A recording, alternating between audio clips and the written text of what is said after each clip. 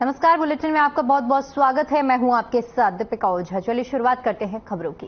राज्यपाल उत्तराखंड के lieutenant general Gurmeet Singh ने उत्तराखंड संस्कृत विश्वविद्यालय के दीक्षांत समारोह में मुख्य अतिथि के रूप में प्रतिभाग किया। कार्यक्रम की शुरुआत मुख्य अतिथि लेफ्टिनेंट जनरल गुरमीत सिंह द्वारा दीप प्रज्वलित कर की गई, तो वहीं पतंजलि योगपीठ के महामंत्री आचार्य बालकृष्ण भी संस्कृत विश्वविद्यालय के दीक्षांत समारोह में शामिल हुए। राज्यपाल ने दीक्षांत समारोह में विश्वविद्यालय के छात्र छात्राओं को उपाधि और मेडल दिए।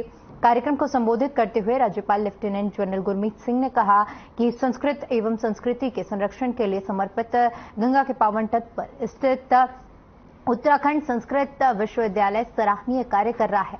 दीक्षांत समारोह में उपाधि और पदक प्राप्त करने वाले छात्र छात्राओं को विशेष रूप से बधाई देते हुए कहा कि आज का दिन छात्र छात्राओं के माता पिता और गुरुजनों के लिए विशेष अवसर है, जिनके त्याग, संकल्प और समर्पण ने विद्यार्थियों को सफलता का मार्ग प्रशस्त किया।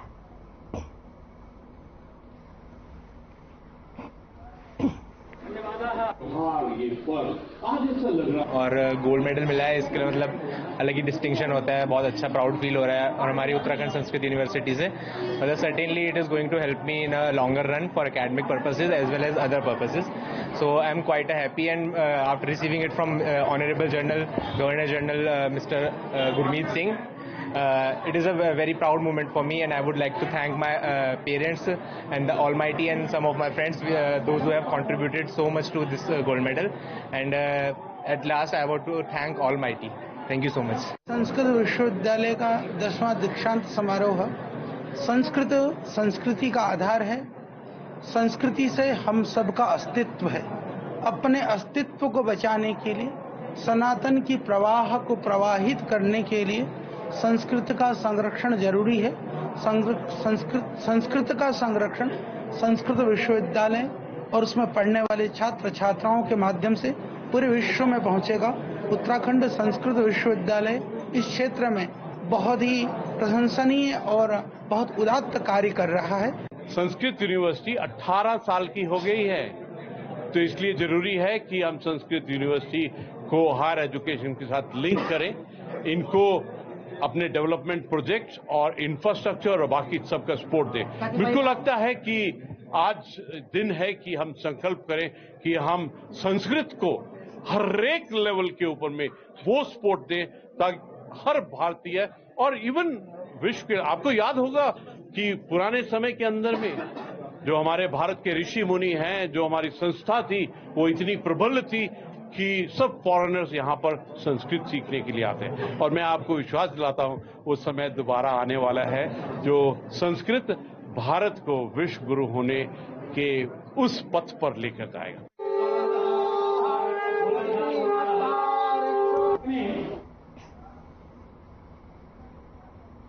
वहीं हल्द्वानी के कमल वांग गाजा में बीते दिनों रोज हुई घटना के बाद समाजवादी पार्टी के शिष्टमंडल ने आज एसपी सिटी से मुलाकात कर विशेष समुदाय को टारगेट करने की बात कही।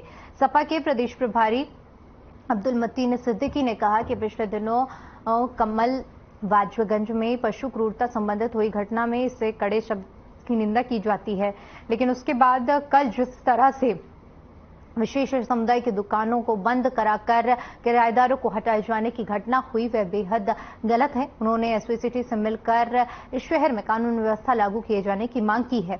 उनका कहना है कि कुछ लोग शहर का माहौल बिगाड़ना चाहते हैं। वहीं एसपी सिटी हरवंश सिंह ने कहा कि शहर में पुलिस पूरी तरह से अलर्ट है, किसी भी प्रकार की घटना में तत्काल कार्रवाई के निर्देश दिए गए हैं। इसके साथ ही सोशल मीडिया में अफवाह फैलाने वालों पर भी निगरानी रखी जाएगी। साथ ही साथ यदि किसी भी पक्ष से तहरीर आती है तो तत्काल मुकदमा दर्ज कर कार्रवाई की जाएगी। उन्होंने स्पष्ट इसके भी निर्देश दिए हैं कि शहर में कानून व्यवस्था बेहतर हो, यही पुलिस का प्रयास है।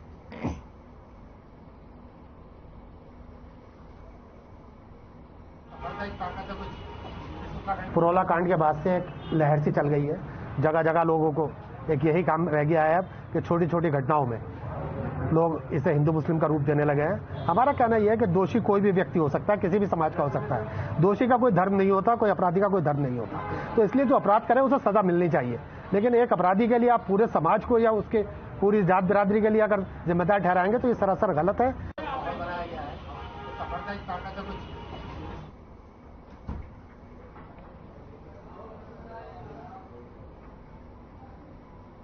वहीं बीजेपी प्रदेश अध्यक्ष महेंद्र भट्ट और कैबिनेट मंत्री सतपाल महाराज की बीजेपी कार्यालय में मुलाकात हुई।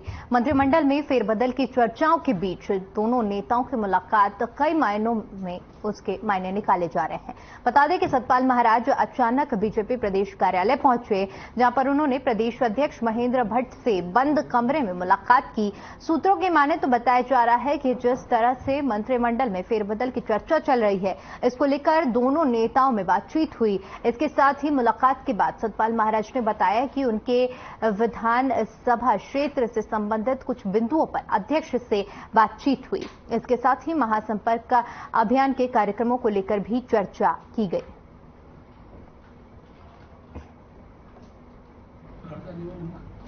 इसमें कुछ मुद्दे थे हमारे, और निश्चित रूप में अध्यक्ष जी हमारे चौबड़ाखाल क्षेत्र में होके आए हैं, कार्यक्रम उनके बड़े अच्छे हुए हैं, तो उसी के बारे में चर्चा थी। और हमने कहा भी जो भी आदेश देंगे, क्योंकि अब इस समय चुनाव प्रचार में भी हम लोग लगे हुए हैं। ओबीसी मोर्चे में मैं हरिद्वार जा रहा हूं, और इसके साथ साथ और भी जो आवश्यक बातें थी वो हमने की हैं। धन्यवाद। मिल गए हैं।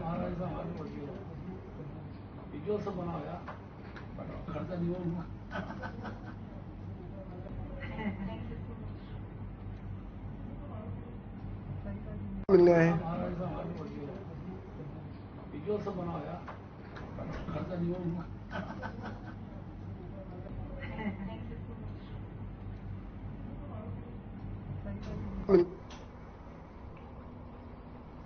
वहीं प्रदेश में आगामी 6 महीनों तक सरकारी कर्मचारियों की छुट्टी रोकने के संबंध में प्रदेश के बीजेपी अध्यक्ष महेंद्र भट्ट ने कहा कि जो हालात गुजरात में देखने को मिले, वह हालात उत्तराखंड में ना मिले, इसके लिए सरकार ने यह फैसला लिया है। इसके साथ ही पहाड़ों में से पहले भी आपदा आई है और कर्मचारी सरकार का तंत्र होते हैं, और ऐसे समय पर वह सरकार को पूरी मदद करेंगे, इसलिए ऐसे निर्णय लिए गए हैं।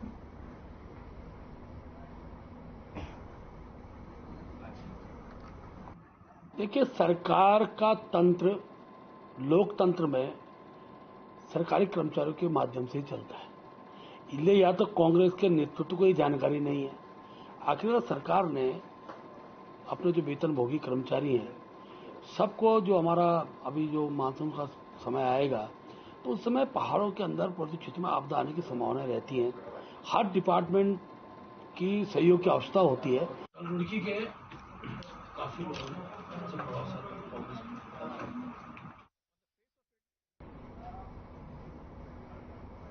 वहीं अल्मोड़ा जनपद के धार्मिक और पर्यटन स्थल वीकेंड में सैलानियों से गुलजार है। अल्मोड़ा के जागेश्वर धाम, कटारमल सूर्य मंदिर, न्याय के देवता गुलझू समेत बिनसर कसार देवी और अल्मोड़ा में पर्यटकों खासी चहलकदमी बनी हुई है। अल्मोड़ा में होटल, रिसोर्ट और होम स्टे पैक चल रहे हैं। वहीं वीकेंड को देखते हुए पुलिस प्रशासन ने पर्यटकों की सहायता करने में जुटी हुई है और ट्रैफिक व्यवस्था को भी सुचारू रूप से चलाया जा रहा है।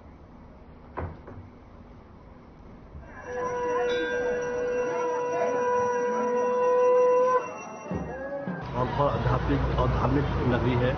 यहाँ पर टूरिस्ट आके बहुत ज़्यादा रोमांटिक हो जाता है, और यहाँ देखने लायक यहाँ पर कई चीज़ें हैं। कसार जी भी है, बॉर्डर की 30 नंबर की मीठी पहाड़ी है।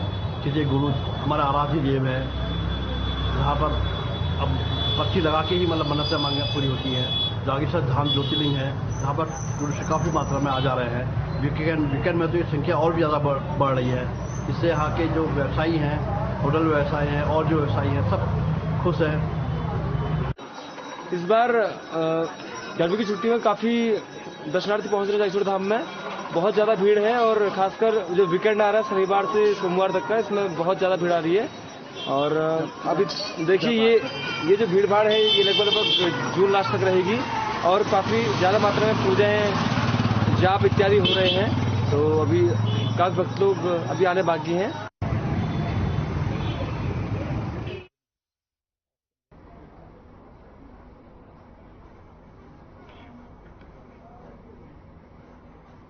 वहीं पुराला में हालात अभी शांत हैं, लेकिन पिछले दिनों मुस्लिम समुदाय के ऐसे कई परिवारों ने पुराला छोड़ दिया जो सालों से वहां रहकर अपना व्यापार कर रहे थे।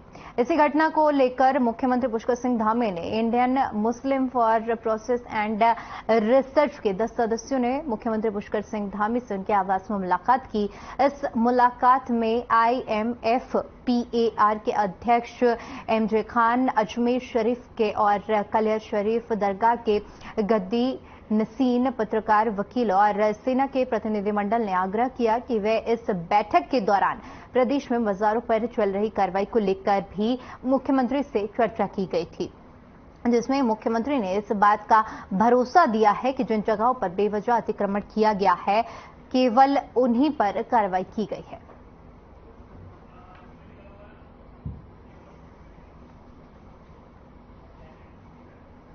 दुनिया भर में मुस्लिम संगठनों में ऐसा मैसेज जा रहा है और हमको भी कोई 100 के आसपास पर डे संदेश आते हैं कि भाई क्या उत्तराखंड में सारे मुसलमानों पे गाज गिर पड़ी है क्या, जैसे पूरी सरकार जो है मुसलमानों के खिलाफ संगठित तौर पर काम कर रही है। ऐसा ही मैसेज देश के अन्य राज्यों से भी मुस्लिम संगठनों में फैल रहा है। सोशल मीडिया आज इसको बढ़ा के पेश कर रही, तो हम यहाँ आए थे मुख्यमंत्री से फोन पे बात करने के बाद कि भाई वस्तुस्थिति क्या है, ग्राउंड की रियलिटी क्या है, और वाकई अगर एक तरफा हो रहा है तो जहां पे गलत हो रहा है वहां पे सरकार को कार्रवाई करनी चाहिए, क्योंकि कट्टरपंथ अगर किसी समाज में बढ़ेगा या किसी देश में, वो आखिर में उसी समाज उसी देश का नुकसान करेगा। कंक्लूजन हमारा ये सजेशन हमारा ये रहा माननीय मुख्यमंत्री जी को, उनकी तरफ से ये पॉजिटिव रिस्पांस आया कि यहाँ पर हमने जो महसूस किया है कि संवाद की कमी है, समाज के बीच में संवाद खत्म हो चुका है, कम्युनिकेशन गैप आ चुका है। हमारा मानना यह है कि दोनों तरफ के तमाम धर्मगुरु बैठे, इंटेलेक्चुअल्स बैठे और बैठ करके तमाम मसाइल पे बात करके एक कॉमन एजेंडा बनाए। देखिए, हिंदुस्तान की संस्कृति दुनिया में एक पहचानी जाती है, अलग से मोहब्बत अमन का पैगाम यहाँ से जाता रहा है। ये ऋषि मुनियों का मुल्क है, ये सूफी संतों का मुल्क है। यहाँ मोहब्बत सबसे होती है, नफरत किसी से नहीं होती है।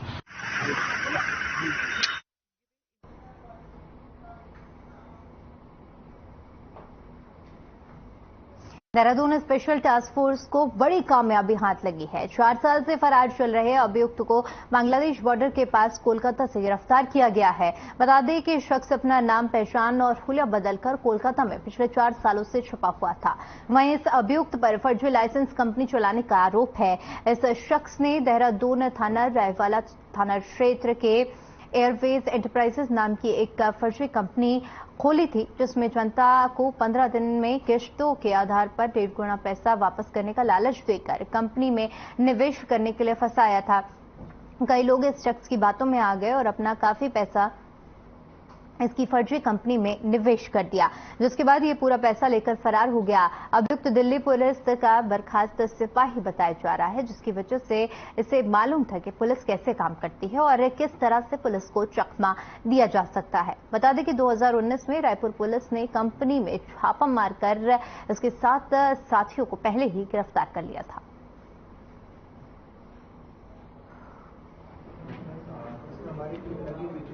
थाना रायवाला क्षेत्र में 2019 में एक मुकदमा दर्ज कराया गया था, जिसमें कि एक व्यक्ति के द्वारा एक फर्जी फाइनेंस कंपनी खोलकर और लोगों के साथ में बड़े पैमाने पर धोखाधड़ी की गई थी और उसी के बाद इसमें गैंगस्टर एक्ट भी लगाया गया था। तो इसमें एक जोगिंदर नाम का व्यक्ति था जो कि मूल रूप से हरियाणा का रहने वाला था। ये पिछले लगभग 4 साल से फरार चल रहा था। तो इस पर हमारी एसटीएफ की टीम लगी हुई थी। इस पर 50,000 का इनाम घोषित किया गया था। तो इसमें हमारे द्वारा इसको बांग्लादेश बॉर्डर पर कोलकाता से गिरफ्तार किया गया है और काफी अथक प्रयासों के बाद में इसकी गिरफ्तारी की गई है। 4 साल से फरार चल रहा था। वहीं उत्तराखंड एसटीएफ ने 25,000 रुपए के इनामी अपराधी निहाल सुमन को गिरफ्तार किया है। निहाल ने फर्जी तरीके से शैलेंद्र कुमार नाम के शख्स के अभिलेखों की कॉपी कर बैंक से 6 लाख रुपए का कर्ज लिया था। इस धोखाधड़ी के मामले में मुकदमा दर्ज होने के बाद से ही आरोपी फरार चल रहा था, जिस वजह से उनकी गिरफ्तारी पर 25,000 रुपए का इनाम घोषित कर दिया गया था।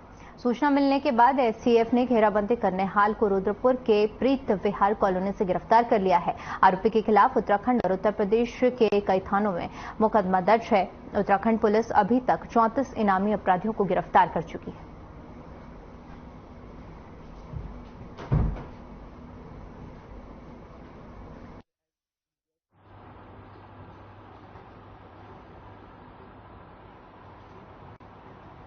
महापुर में एक मुकदमा दर्ज किया गया था जिसमें एक व्यक्ति द्वारा फर्जी लोन लिया गया था, किसी और व्यक्ति के नाम पर बैंक से लोन लिया गया था और उस संबंध में मुकदमा दर्ज कराया गया था और विवेचना की जा रही थी और वो लगातार फरार चल रहा था। उसे 25,000 का इनाम घोषित किया गया था। तो उसमें एसटीएफ कुमाऊं की टीम द्वारा उसको कल रात रुद्रपुर थाना क्षेत्र से गिरफ्तार किया गया है और उसको थाने में लाया गया।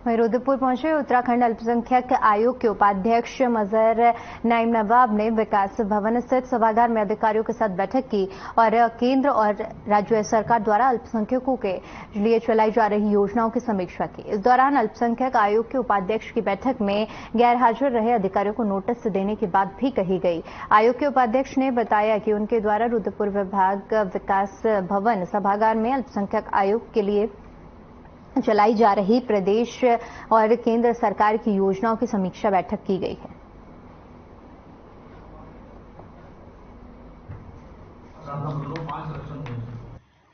देखिए, ये हमारी जन जानकारी अभियान के तहत तो योजनाओं का हमारी अल्पसंख्यक कल्याण से संबंधित या अन्य योजनाओं का हम आज समीक्षा बैठक हमने पिछले दिनों ब्लॉक स्तर पर की थी।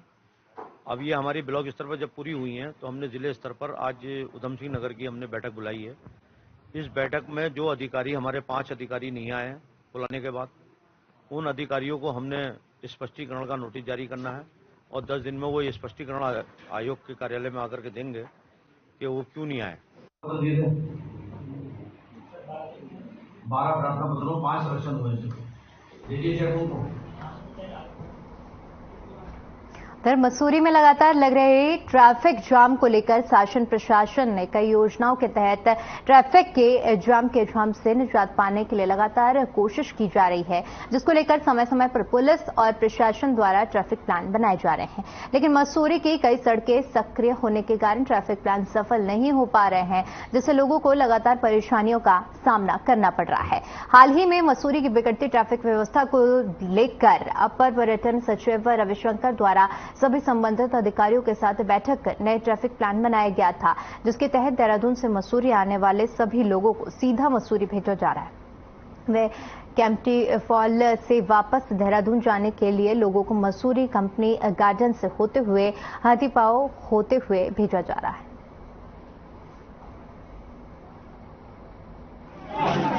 आज तो बहुत सक्सेस रहा क्योंकि 3 वीआईपी थे, कोई ऐसी दिक्कत नहीं पड़ी। मसूरी वासी भी कह रहे थे कि आज दिखाई नहीं दे रही, लेकिन कंपनी गार्डन में जो पार्किंग है और प्लस जो कंपनी गार्डन जाने वाली हमारा ट्रैफिक है, दोनों आपस में थोड़ा सा कोलैप्स हो रहे थे पतली रोड होने के कारण, तो लाइन लंबी हो जा रही थी वहाँ भी। लेकिन वहाँ की लंबी लाइन से मसूरी मार्केट पे, मसूरी के होटलों पे, मसूरी के शहर पे उसका असर नहीं पड़ रहा था।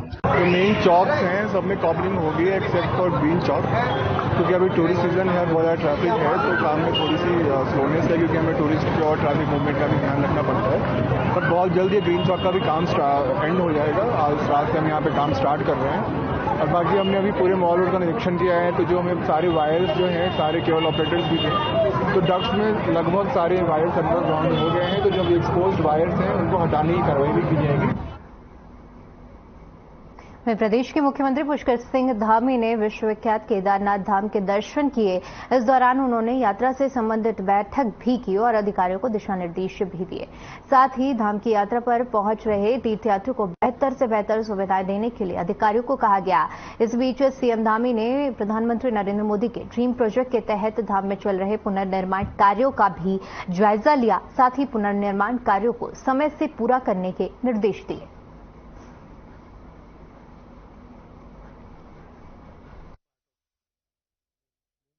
चूँकि बड़ा 10 साल पहले त्रासदी का दिन था और इसमें जो भी देश विदेश के श्रद्धालु आए थे, हताहत हुए थे, दिवंगत हुए, हमारे बीच में नहीं रहे, उन सभी को मैं श्रद्धांजलि अर्पित करता हूं और भगवान से प्रार्थना करता हूं कि उन सभी को, उनकी आत्मा को शांति दें, उनके पारिवारिक जनों को, सबको इस दुख को जो असमय आया है उसको सहन करने की शक्ति प्रदान करें। और साथ ही साथ जो यहाँ पर 10 सालों में तेजी से निर्माण कार्य हुआ है, बाबा केदार की कृपा से हमारे यशस्वी प्रधानमंत्री आदरणीय नरेंद्र मोदी जी के नेतृत्व, उनके दिशा निर्देशन में एक भव्य केदार और दिव्य केदार का निर्माण हुआ है, जहाँ पर आस्था पथ से लेकर ईशानेश्वर मंदिर, हमारे शंकराचार्य जी की समाधि और सुरक्षा वर्ग और आस्था पथ, ध्यान गुफा, ये सभी तेजी से बने हैं। और 2023 तक हमने संकल्प लिया है कि हम इस कार्य को पूरा कर देंगे और मुझे पूरा विश्वास है कि बाबा केदार की कृपा से ये काम सबके सहयोग से समय पर पूरा होगा। इस काम पे जितने भी हमारे मजदूर भाई लगे हुए हैं, कंपनियां लगी हुई हैं, स्वयंसेवी संस्थाएं लगी हैं, जिन्होंने भी अपना सहयोग प्रदान किया है, उन सभी का भी धन्यवाद आज के। बीजेपी के प्रदेश अध्यक्ष महेंद्र भट्ट ने उत्तराखंड के पूर्व सीएम हरीश रावत पर आरोप लगाते हुए कहा कि हरीश रावत की आदत हर मामले में राजनीति करने की है। उन्होंने कहा कि जहां एक ओर प्रदेश में धार्मिक यात्राएं बढ़ रही हैं, वहीं हरीश रावत को धरना देने से फुर्सत नहीं है, जिससे प्रदेश में माहौल खराब होता है। उन्होंने कहा कि चाहे जोशीमठ हो या फिर मसूरी, हरीश रावत दोनों ही जगह पर माहौल खराब करने का काम किया करते हैं। उनको हर जगह पर गलतियां नजर आती हैं। उन्होंने आगे कहा कि हरीश रावत को यात्रा सीजन में बयानबाजी से बचना चाहिए। कांग्रेस इन शब्दों से परिचित नहीं और जब से भाजपा सत्ता में आई है तभी से ये बातें उठ रही हैं और भाजपा समाज को बांटने के लिए अलग अलग चीजें इस्तेमाल करती है। हमारा संघर्ष तो बेरोजगारी से है, महंगाई से है, कुपोषण से है, महिलाओं के प्रति जो अत्याचार बढ़ रहे हैं उनके खिलाफ हमारी आवाज है।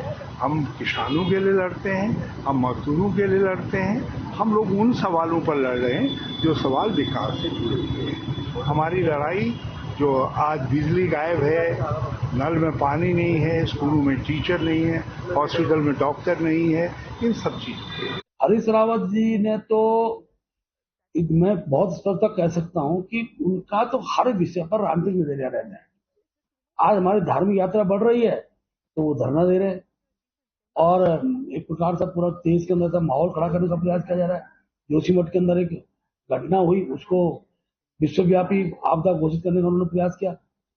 मसूरी के अंदर अच्छा हमारा जो वहां का तीर्थाटन चल रहा है, वहां जाके वो धरना दे रहे हैं।